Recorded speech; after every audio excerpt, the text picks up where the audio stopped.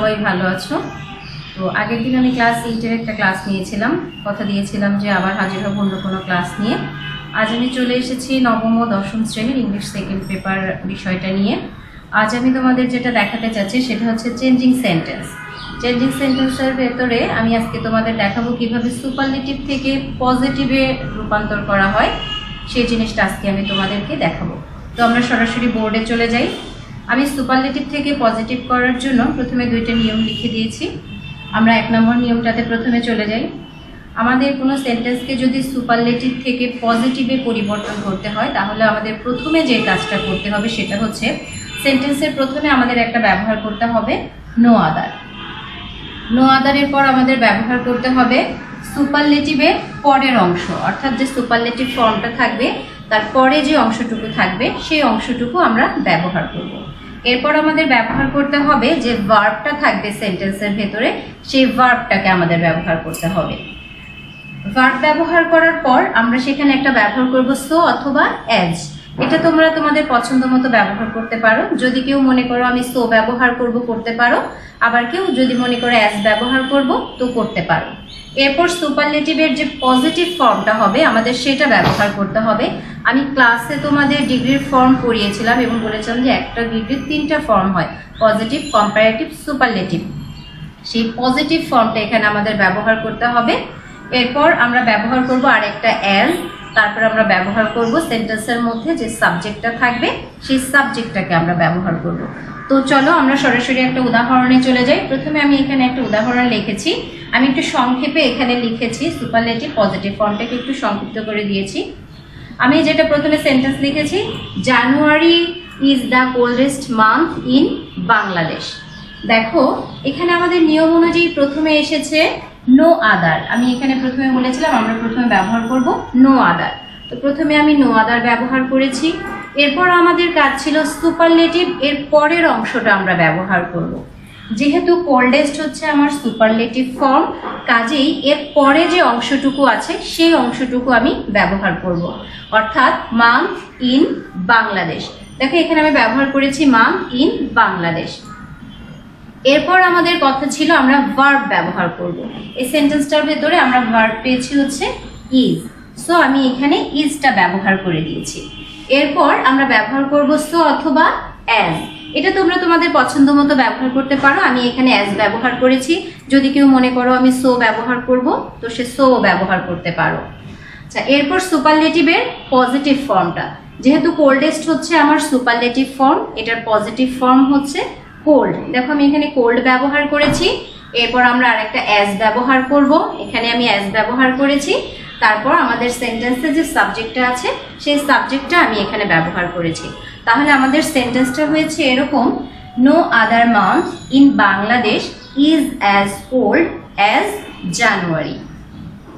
এখানে তোমাদের একটা জিনিস আমি স্পষ্ট করে দিই, সেটা হচ্ছে সুপারলেটিভ ডিগ্রি এর পরে যদি অফ অল বা অফ এনি থাকে তাহলে অবশ্যই সেটা উঠে যায়, অর্থাৎ সেটাকে তুলে দিতে হবে।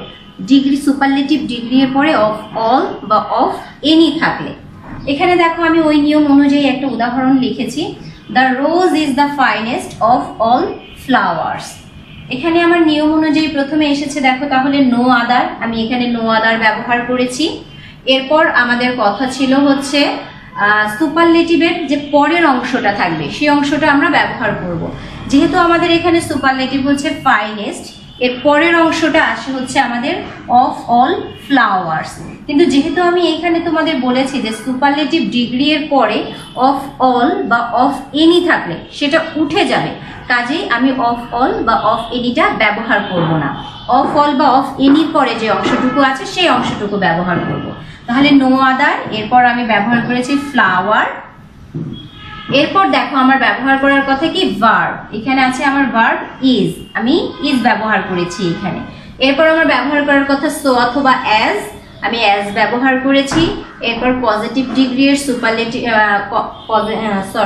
সুপারলেটিভ ডিগ্রি এর পজিটিভ ফর্মটা ব্যবহার করতে হবে, আমি সেইটা ব্যবহার করেছি। ফাইনেস্ট ছিল, এটার পজিটিভ ফর্ম হচ্ছে ফাইন, ব্যবহার করেছি। এরপর আমার নিয়ম ছিল হচ্ছে আমি অ্যাজ ব্যবহার করব, অ্যাজ ব্যবহার করেছি। এরপর দেখো যে সাবজেক্টটা আমার আছে সেই সাবজেক্টটা আমি সেইভাবে লিখে দিয়েছি। তাহলে আমার সেন্টেন্সটা আসলো কি, no other flower is as fine as the rose. এরপর দেখো আমি রুলস 2 তে চলে যাচ্ছি। এখানে আমি লিখেছি যে যদি কোনো সুপারলেটিভ ডিগ্রির ভেতরে ওয়ান অফ দি যদি থাকে, অর্থাৎ সবগুলো সেন্টেন্স যে তোমার উপরে এরকমই হবে এমন কোনো কথা নয়, কোনো কোনো সেন্টেন্সে আমাদের ওয়ান অফ দিও থাকতে পারে। যদি কোনো সুপারলেটিভ ডিগ্রির ভেতরে ওয়ান অফ দি থাকে তাহলে আমরা কি করব? ওয়ান অফ দি থাকলে আমাদের প্রথম কাজ হবে হচ্ছে আমরা প্রথমে ভেরি ফিউ ব্যবহার করব, এরপর সুপারলেটিভের পরের অংশ ব্যবহার করব, আর আমরা উপরে ওখানে লিখেছিলাম যে ভার্বটা আছে সেটা ব্যবহার করব, কিন্তু এখানে দেখো আমি মেনশন করেছি ভার্বের প্লুরাল ফর্মটা ব্যবহার করব। অর্থাৎ যখন আমি ভেরি ফিউ করব ওয়ান অফ দির পরিবর্তে, তখন সেখানে আমাকে অবশ্যই ভার্বের প্লুরাল ফর্মটা ব্যবহার করতে হবে। এরপর সো অথবা অ্যাজ ব্যবহার করব, সুপারলেটিভের পজিটিভ ফর্মটা ব্যবহার করব, আর একটা অ্যাজ ব্যবহার করব, তারপর আমি সাবজেক্টটা বসিয়ে দিব। তাহলে দেখো আমি একটা উদাহরণ লিখেছি, he is one of the best boys in the class. সেই নিয়ম অনুযায়ী আমার আসে প্রথমে আমি ওয়ান অফ দির পরিবর্তে দিব হচ্ছে ভেরি ফিউ। আমাদের কথা ছিল হচ্ছে সুপারলেটিভের পরে যে অংশটুকু আছে সেই অংশটুকু আমরা ব্যবহার করব। যেহেতু আমার বেস্ট হচ্ছে এখানে সুপারলেটিভ ফর্ম, সো এটার পরে আছে আমার বয়েজ ইন দ্য ক্লাস। দেখো আমি এখানে ব্যবহার করেছি বয়েজ ইন দ্য ক্লাস।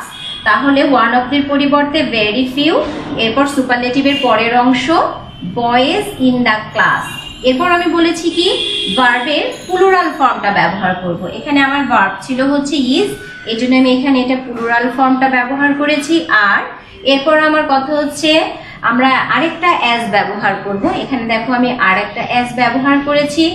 এইবার সুপারলেটিভের পজিটিভ ফর্মটা ব্যবহার করেছি গুড, যেহেতু এখানে আমার ছিল সুপারলেটিভে বেস্ট, আমরা জানি এটার পজিটিভ ফর্ম হচ্ছে গুড।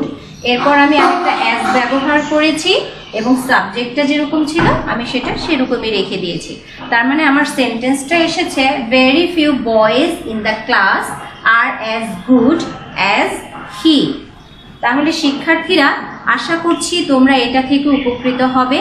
আর তোমাদের এই নিয়ম অনুযায়ী পাঠ্যপুস্তকের ভিতরে অনেকগুলি উদাহরণ আছে, এই উদাহরণগুলো তোমরা বাসায় বসে অবশ্যই নিজেরা চর্চা করবে। আর যেহেতু আমাদের করোনাকালীন সময় এখন চলছে, তোমরা সবাই ঘরে থাকবে এবং নিরাপদে থাকবে। আজকের ক্লাসটা আমি এখানেই শেষ করছি। ধন্যবাদ।